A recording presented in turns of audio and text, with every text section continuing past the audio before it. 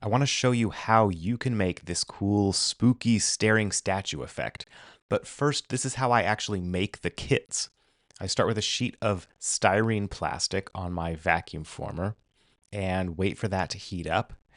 And you can see when the plastic starts to ripple and soften. We're going to use this mold, which is sometimes called a buck. And once the plastic is soft enough, we're going to lower the frame and suck it down to get a perfect copy.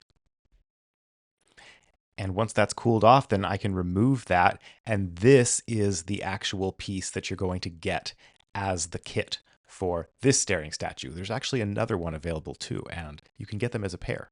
But you can sort of see how that illusion is going to work. So that's the Mildred bust, and I make Bartholomew the exact same way. Incidentally, if you're interested in building your own vacuum former like this, I just recently posted a video all about how I made mine. So when you get the kit, you are going to receive one or both of the staring statue's characters, and then it's up to you to decide how you want to display these. Now, I've seen some really creative uses of these in the few years that I've been offering them, but I wanted to present an all new possibility for people who maybe want to make it appear as though the bust is sitting in a built in alcove shelf like this. I decided the most affordable way for me to make this complex piece available is to offer a download of the files to 3D print your own, since a lot of people either have a printer themselves or know somebody who could print it for them. You can get the files for the shelf frame on my site, and then you or a friend can 3D print them in whatever plastic you choose. It's split up into small enough parts that will fit onto most 3D printers.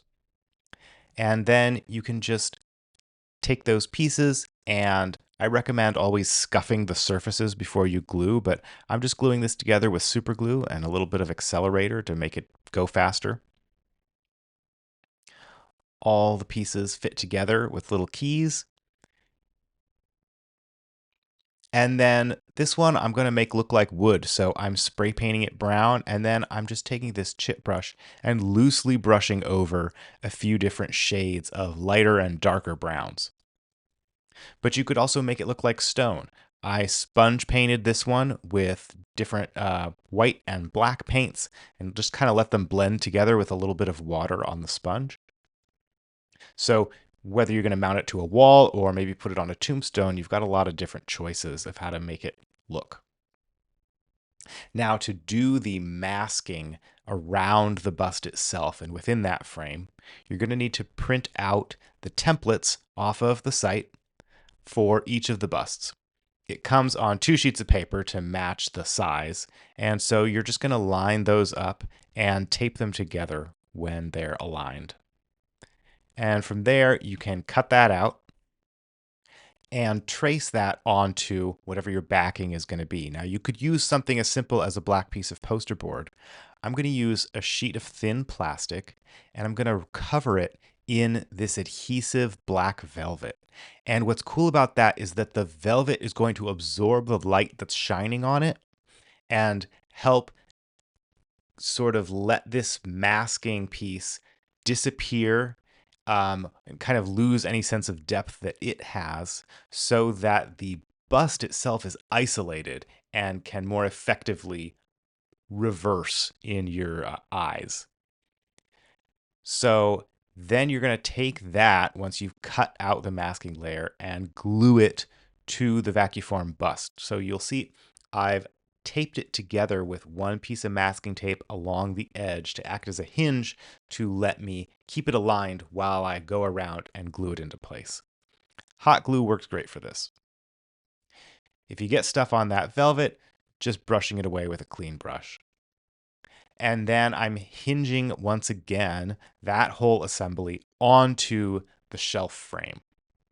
And you can hot glue that together. You can use a stronger glue if you want. Flip that into place, and now you have the assembly for the statue within the frame.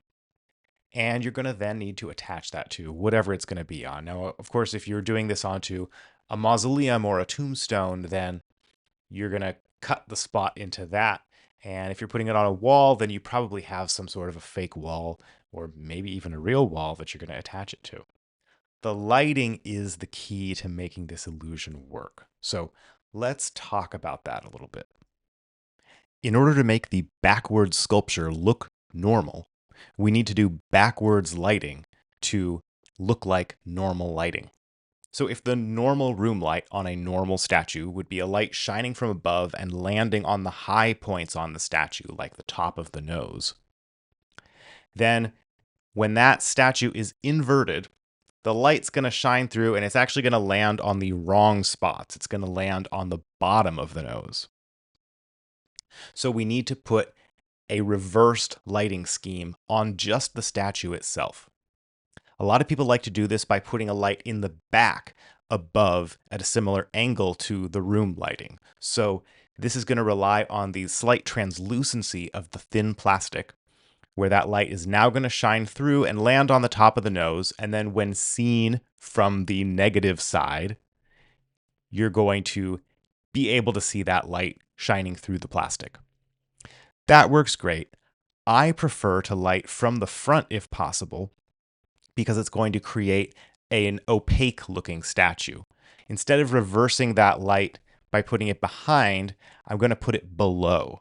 And so now that light is going to shine from the bottom and land on the inside of that statue on the top of the nose and hitting all of those normal high points. So this is how I've just set it up in my little workshop space with these lights in front. And there are, of course, other lights in the room that are shining onto the top of the wooden frame and everything else in the space. The other trick that I'm doing here is this pink light that's catching the edge of the statues.